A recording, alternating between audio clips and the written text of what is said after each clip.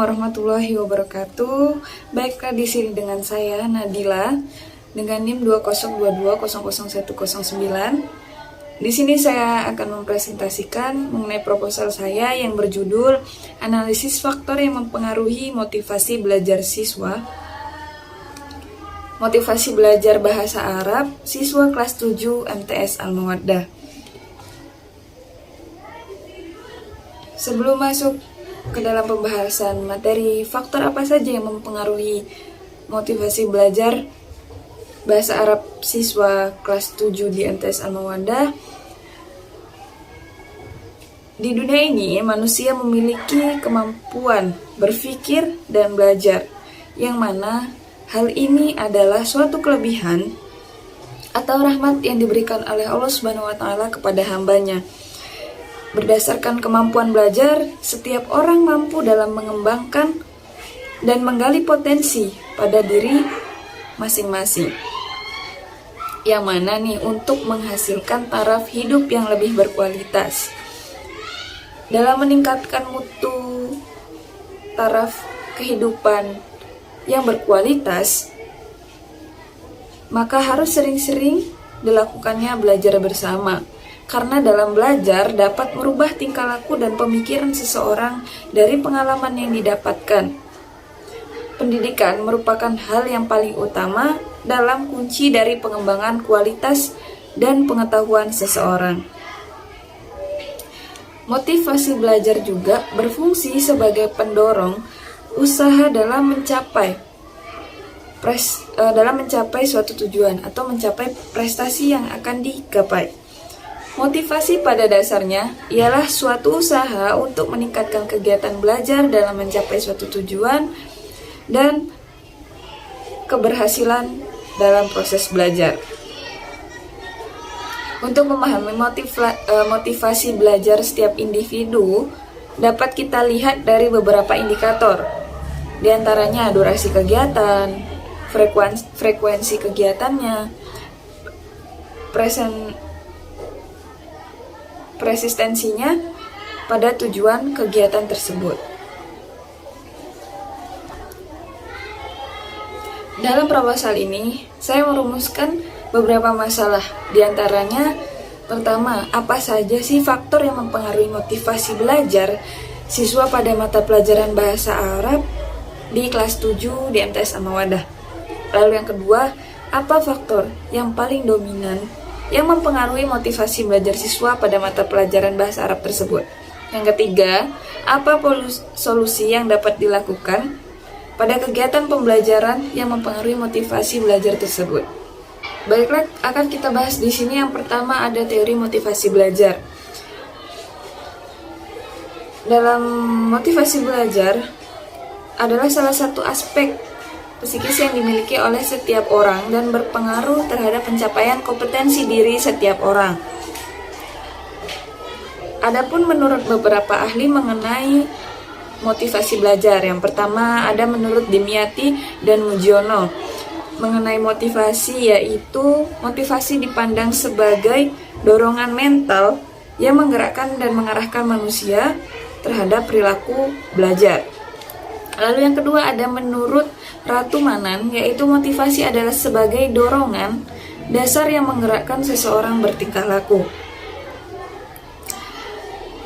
Dari dua para ahli tersebut, mengenai motivasi menurut ahli tersebut dapat disimpulkan bahwa motivasi memiliki 3 komponen, yaitu yang pertama kebutuhan, yaitu kebutuhan yang dibutuhkan oleh peserta didik. Yang kedua, dorongan, yaitu kegiatan mental untuk melakukan sesuatu oleh peserta didik. Dan yang ketiga ada tujuan, yaitu hal yang akan ingin dicapai dari motivasi belajar tersebut. Motivasi dapat dibedakan menjadi 2, yaitu motivasi intrinsik dan ekstrinsik.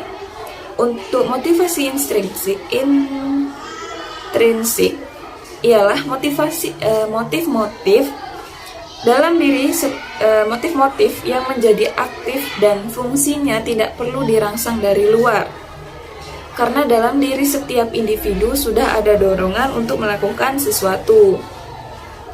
Sedangkan motivasi ekstrinsik ialah motif-motif yang aktif dan berfungsi karena adanya pengaruh dari luar.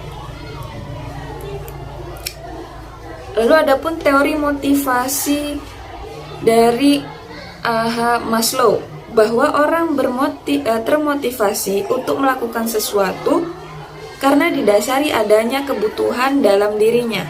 Jadi seseorang itu jika membutuhkan sesuatu hal yang positif, maka mereka akan termotivasi dengan apa yang ada di lingkungannya. Lalu yang kedua ada fungsi motivasi.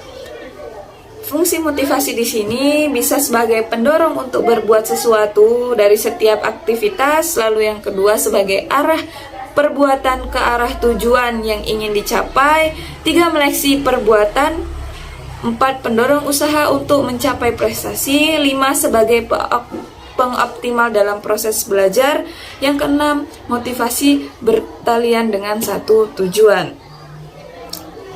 Lalu dari jenis-jenis motivasi, yaitu ada motivasi positif dan motivasi negatif. Untuk motivasi positif, yaitu melalui pemberian hadiah, memberikan reward-reward lain terhadap peserta didik, yang mana diharapkan kepada mereka untuk akan lebih giat lagi dalam belajar atau meningkatkan prestasi pada diri peserta didik. Lalu yang kedua, motivasi negatif, yaitu memberikan hukuman bagi yang bersalah, tentunya agar mereka tidak mengulangi kesalahan tersebut. Pemberian hukuman ini memang efektif untuk mencegah atau mengurangi kesalahan, namun sikap untuk tidak berbuat salah tidak otomatis meningkatkan gairah bekerja untuk tidak berbuat salah ya. Karena itu, umumnya kedua jenis motivasi ini digunakan dalam porsi dan waktu yang tepat. Jadi tidak sembarang digunakan. Lalu ada poin yang kedua, yaitu hakikat belajar. Nah, belajar merupakan kegiatan yang dilakukan dalam upaya mencapai tujuan pada diri peserta didik. Adapun menurut para ahli mengenai belajar, yang pertama menurut Muhyiddin Syah, belajar adalah suatu adaptasi atau penyelesaian tingkah laku yang berlangsung secara progresif.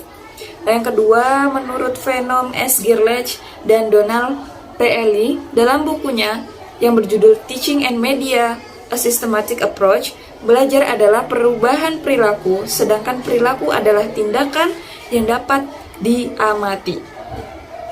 Lalu yang ketiga, menurut Abdillah, belajar adalah suatu usaha sadar yang dilakukan oleh individu dalam perubahan tingkah laku, baik melalui latihan dan pengalaman yang menyangkut aspek-aspek kognitif, afektif, dan psikomotorik untuk memperoleh tujuan tertentu. Lalu yang keempat ada menurut Kopri, yaitu belajar merupakan komponen ilmu pendidikan yang berkenaan dengan tujuan dan bahan acuan interaktif, baik secara eksplisit maupun implisit. Nah, untuk menangkap isi dan pesan dari belajar, maka dalam belajar tersebut, individu menggunakan kemampuan pada ranah-ranah. Yang pertama ada ranah kognitif, yaitu kemampuan yang berkenaan dengan pengetahuan, penalaran, atau pikiran dari peserta didik. Yang kedua, ranah afektif, yaitu ranah kemampuan yang mengutamakan perasaan, emosi, reaksi yang berbeda dengan penalaran yang terdiri dari kategori penerimaan, partisipasi, penilaian sikap, organisasi, dan pembentukan pola hidup. Lalu ranah yang ketiga yaitu ranah psikomotorik, yaitu kemampuan yang mengutamakan keterampilan jasmani, yaitu dari persepsi, kesiapan, gerakan terbimbing, gerakan kompleks, penyesuaian pola gerakan, dan kreativitas.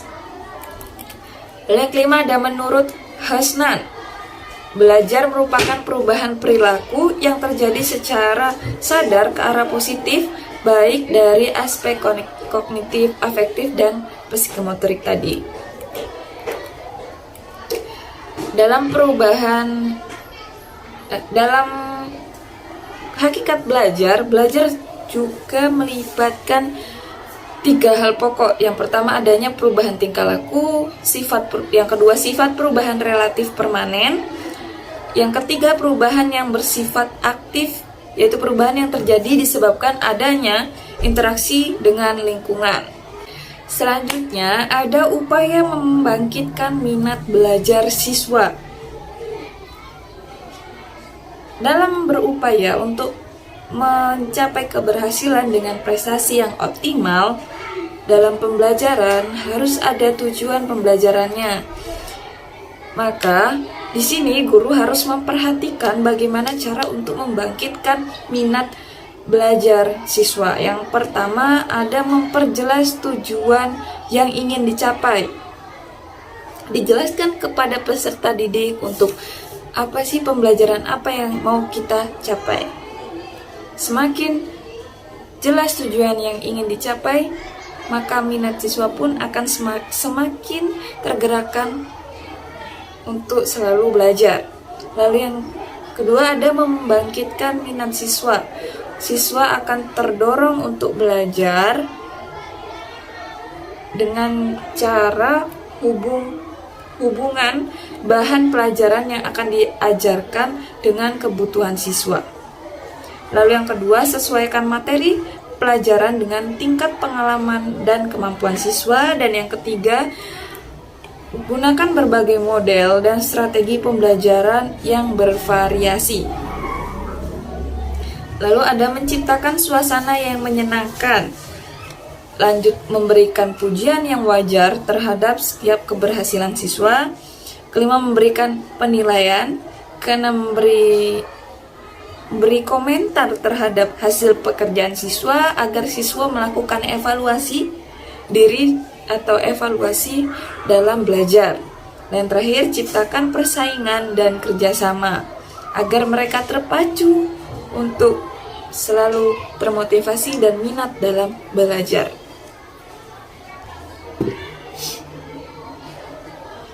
Baiklah, selanjutnya metode penelitian. Di sini saya menggunakan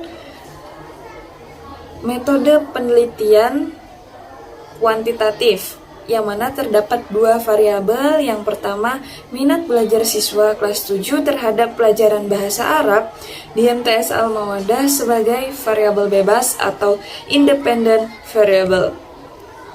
Yang kedua, yaitu motivasi belajar siswa dalam pelajaran bahasa Arab sebagai variabel terikat atau dependent variable. Dalam desain penelitian kualitatif yang digunakan yaitu korelasional untuk mengetahui ada tidaknya faktor yang mempengaruhi 2 variabel tersebut, yang mana di sini menggunakan X sebagai minat belajar dan Y sebagai motivasi belajar. Untuk populasi sampel dan teknik pengambilan sampelnya, dalam metode ini populasi disebut juga sebagai sekelompok objek yang menjadi sasaran. Populasi ialah sekumpulan sasaran yang terdiri dari beberapa orang, yang mana populasi yang saya ambil dari kelas 7A, 7B, dan 7C yang berjumlah 7A berjumlah 24 orang, 7B 23 orang, dan 7C 26 orang, yang total jumlah seluruh ada 73 siswi. Yang kedua, pengambilan sampel berdasarkan data jumlah siswa peserta didik MTS Al-Mawaddah kelas 7A, B, C yang berjumlah 73 orang, maka digunakan teknik sampling jenuh, yaitu teknik pengambilan sampel yang digunakan jika jumlah populasi dari suatu penelitian kurang dari 100 orang. Jumlah populasi di lokasi penelitian ini relatif kecil, sehingga semua anggota populasi digunakan sebagai sampel. Untuk lebih jelasnya bisa dilihat di tabel. Untuk teknik pengumpulan data, yang pertama saya menggunakan angket atau kuesioner yaitu daftar pertanyaan atau pernyataan tentang topik tertentu yang diberikan kepada subjek atau diberikan kepada peserta didik. Lalu yang kedua yaitu dokumentasi, yaitu mengumpulkan sejumlah data melalui pencatatan yang berupa dokumen-dokumen atau bukti tertulis sebagai nilai bahasa Arab peserta didik.